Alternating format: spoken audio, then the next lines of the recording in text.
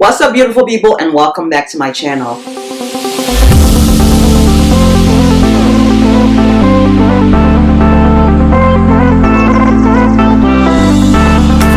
Today, as the title of the video suggests, I'm going to be sharing with you some facts about Cameroon. Now, this one is for those of you who enjoyed the Cameroon Tag video I posted a few months ago and requested that I do more similar videos. Now, that video remains my most viewed among all my videos, which still surprises me. Now, if you have not seen that video, no worries. I will drop a link to it down below and in the end cards at the end of this video. Now, do not worry. This video will not be like a geography lesson. I have selected just 5 among numerous facts, which I think are the most interesting ones to discuss. Now, a lot of it is from memory, what I learned from school, but I also did some more research to make sure the information was accurate. And of course, I will drop a link to those down below. I do have to mention though that the inspiration for this video was this guy. I doubt he's ever been to Cameroon, but I could be wrong. In any case, dude was dropping all these facts about Cameroon that I didn't even know or had forgotten about. So without further ado, let's get right into the video.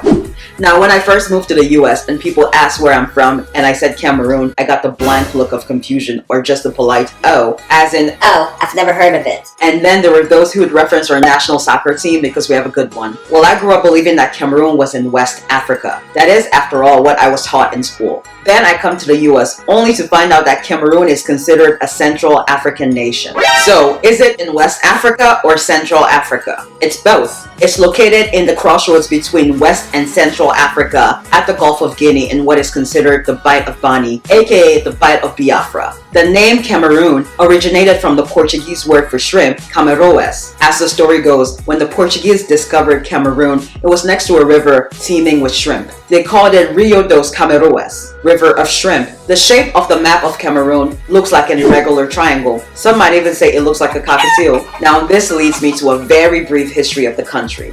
So, after Cameroon was discovered by the Portuguese, the Germans got a hold of it, and then the English, and then the French. Then Cameroon finally got its independence from its colonizers in 1960, January 1st. The 2 official languages spoken in Cameroon are English and French, much like Canada, along with over 200 other ethnic languages, none of which I speak, as I mentioned in my Cameroon Tag video. The 2 official languages, English and French, have a lot to do with the current state of affairs as concerns legislature in Cameroon, but more on that later. For now, let's get into flags and capitals.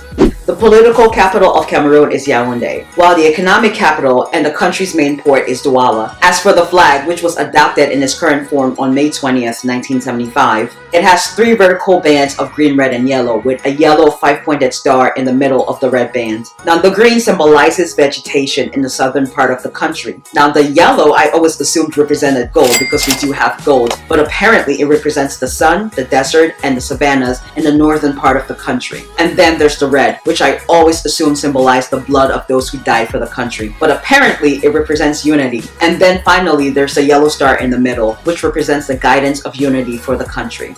Now, moving on to why Cameroon is referred to as Africa in miniature. Every climate and ecological system is represented in Cameroon. Beaches, we've got them in Kribi, Limbe, and Douala. Savannas and deserts, we've got them up north. Rainforests and jungles, we've got them too. And let's not forget mountains, including Mount Fako, also known as Mount Cameroon. Mount Cameroon is the highest mountain in Cameroon, and it is an active volcano, which I remember erupted back in 2000 or 2001. I was about 11 or 12. I got to see all that smoke produced by the lava, but from a distance though, because my brother and I were visiting my dad who worked in the area. Now, back to ecological systems. Lakes and rivers, we've got those too. Now, you've probably heard of the Nile River in Egypt, the Zambezi River in Zambia/Zimbabwe. Now, in Cameroon, we have the Sanaga, which is the largest river in Cameroon and provides hydroelectric power. Lake Nyos is one of 3 known exploding lakes, which emits carbon dioxide. Now, that's a lake you do not want to go swimming or fishing in. Now back to languages. English and French are the 2 official languages, as I mentioned earlier, which were both on my school curriculum, along with German once I got around to secondary school, which is middle school and high school equivalents here in the US. With the boarding school I attended being Catholic and all, we were supposed to learn Latin, but German made more sense, since Cameroon was under the Germans at some point. Now, can I speak German fluently? I only know the basics. As for French, yes, I am fluent. Although English and French are the 2 official languages spoken spoken in Cameroon, French is much more widespread. Now, Cameroon is divided into 10 provinces, and 8 out of the 10 provinces are predominantly French-speaking. Now, the French speakers, who are also referred to as francophones, tend to speak a lot of franc-anglais, which is a mixture of English and French. Now, the English speakers, who are also known as anglophones, have a good handle on what we call pidgin English, which is broken English.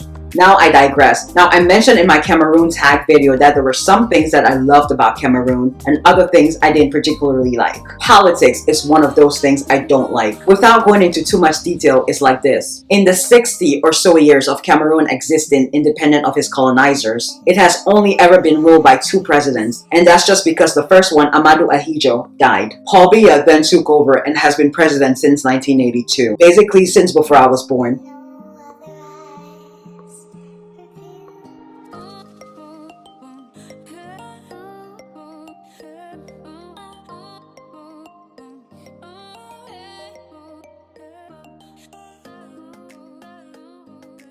Dude has been accused of spending way too much time abroad, particularly in France, while riots break out in his country. He's also been accused of holding phony elections to stay in power. And that is the extent of what I'm comfortable discussing on this channel in regards to that matter. I shall link related videos down below from BBC and Al Jazeera for those of you interested in learning more.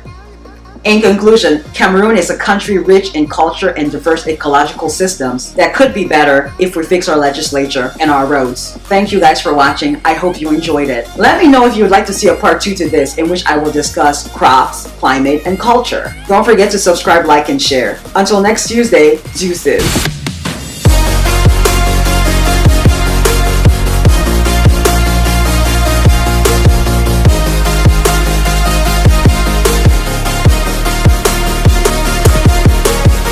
Guten Tag, ich bin Fraulein Yaya. Bitte Herr, kann ich hier ausgehen? Ich habe Hunger. Oh, and I can count from 1 to 10.